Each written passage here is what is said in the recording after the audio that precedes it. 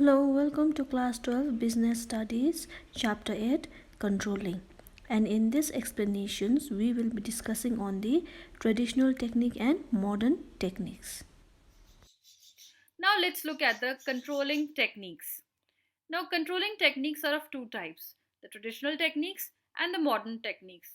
So the traditional techniques are personal observation, statistical reports, break-even analysis and budgetary control, while the modern techniques are return on investment, also known as ROI, ratio analysis, responsibility accounting, management audit, PERT and CPM, and management information system. So first let's look at the traditional techniques in a little detail. The first traditional technique is personal observation. As the name suggests, it enables a manager to collect first-hand information, or personal observation about a person. So it basically creates a psychological pressure on the employees to perform well because now they are aware that they are being observed personally on their job. Under this technique, the manager he'll note the actual performance of the employee, and then the manager decides whose performance is weak and how to improve it. But this is a very time consuming exercise and cannot effectively be used in all kinds of jobs. Not in every case we can have a personal we can take care of the personal observation. Next traditional technique is statistical reports. Now, reports or analysis in the form of averages, percentages, ratios, correlation, etc., they help in presenting useful information to managers regarding the performance of the organization in various areas. Now, they can be presented in the form of charts, graphs, tables, and these will help the managers to read them more easily. And then it will allow to make a comparison with the previous periods and also with the benchmarks. So this is another technique, statistical reports. The third technique is break-even analysis, which is a very important technique. Now here you can see the graph of the break-even analysis, which represents the cost and revenue lines, and the x-axis represents the volume and the y-axis represents the cost and profit. Now the intersecting point, that is the point at which the revenue and cost lines meet, is known as a break-even point. And break-even point is that point where there is no profit and no loss to the organization. So this technique is used by managers to study the relationship between cost, volume and profits.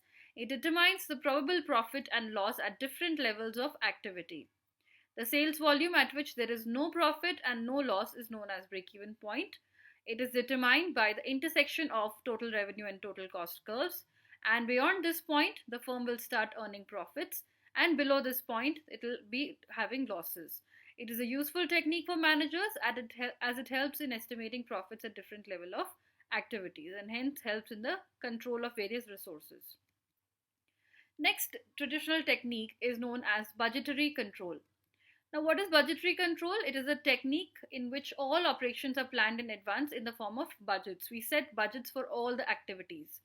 Then the actual results are then compared with the budgetary standards. It will tell us this comparison of comparing actual results with budgetary standards will tell us what necessary action is required. Now, different types of budgets that can be formed are sales budget, production budget, cash budget, research and development budget, etc. Now let's look at the modern techniques. The first modern technique is return on investment, also known as ROI. And it is very popularly said by Frederick Smith that every time we make an investment decision at FedEx, we ask ourselves, what is the return on this investment? So you can see how important this controlling technique is. It basically measures whether or not the invested capital has been used effectively for generating reasonable amount of return. It can be calculated. There's a formula for this. It is calculated as net income or profit divided by total investments. Now, what is the net income? It can be before and after tax income can be taken for comparison, and total investment will include both the working and fixed capital invested in the business. So this is another technique, modern technique of controlling. Another modern technique is known as ratio analysis.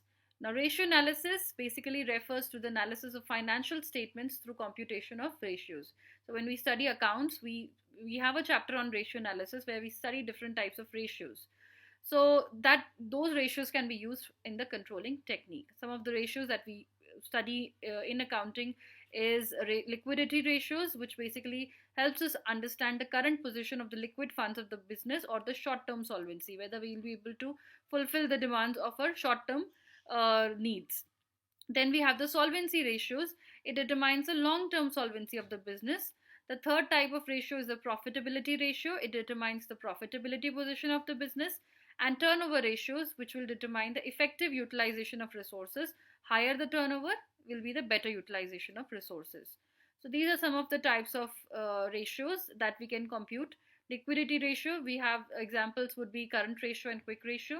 In the solvency ratio, we can have ratios like debt and equity ratio, proprietary ratio, interest coverage ratio. In profitability, we have gross profit ratio, net profit ratio, return on capital employed. And turnover ratio, inventory turnover ratio, stock turnover ratio, debtors turnover ratio. So all these ratios have different formulas, and we can have an entire module on this particular topic.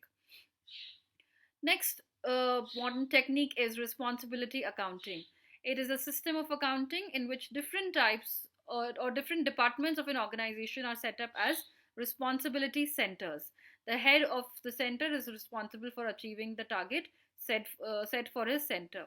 Now, responsibility centers can again be of different types. We can have a cost center where the managers are held responsible for the cost incurred in the organization. And then we have revenue centers. This center is responsible for generating revenue. And I'll be giving an example of each one of these types of centers in an organization.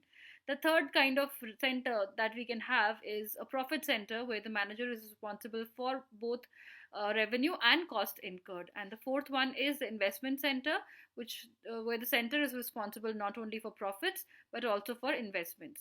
An example of cost center can be painting department of an automobile plant, which is held for the cost part of the which involves the cost factor. Then we can have a revenue center. Example can be advertising sales department of a mobile app developer. From that particular department, we expect revenue to be generated. Then we can have a profit center. An example could be a company owned restaurant in a fast food chain. And then we can have an investment center. An example would be a small startup company. So every department can be made a responsibility center, and we can set a system of accounting or a control over these centers. Next modern technique would be management audit.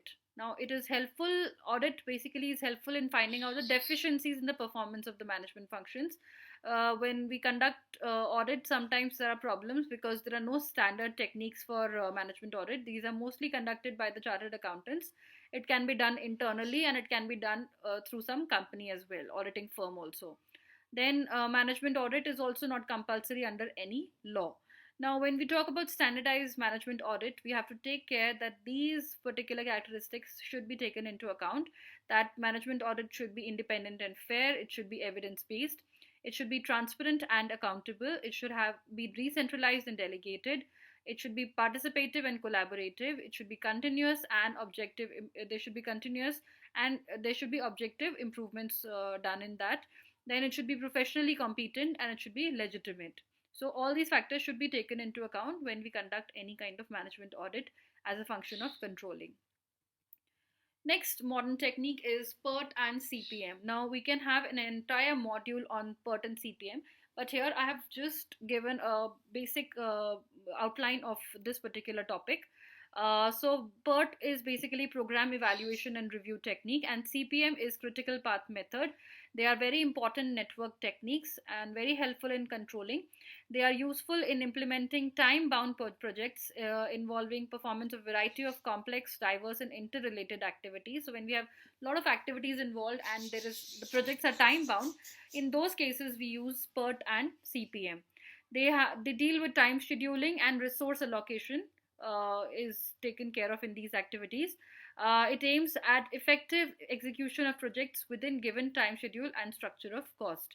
Now, an example of this would be like this. For example, we draw network diagrams like this when we talk about PERT and CPM. So here you can see that in the first case, A must finish before either B or C can start. These are certain diagrams that can be drawn. Otherwise, it is very complex. Both in the second one, we can see both A and B must finish before C can start. The third diagram, both A and B must finish before either of C or D can start. And the fourth one, A must finish before B can start. Both A and C must finish before D can start. But I'll have a new module on specially dedicated to PERT and CPM in the coming few weeks, let's say. The next modern technique is management information system.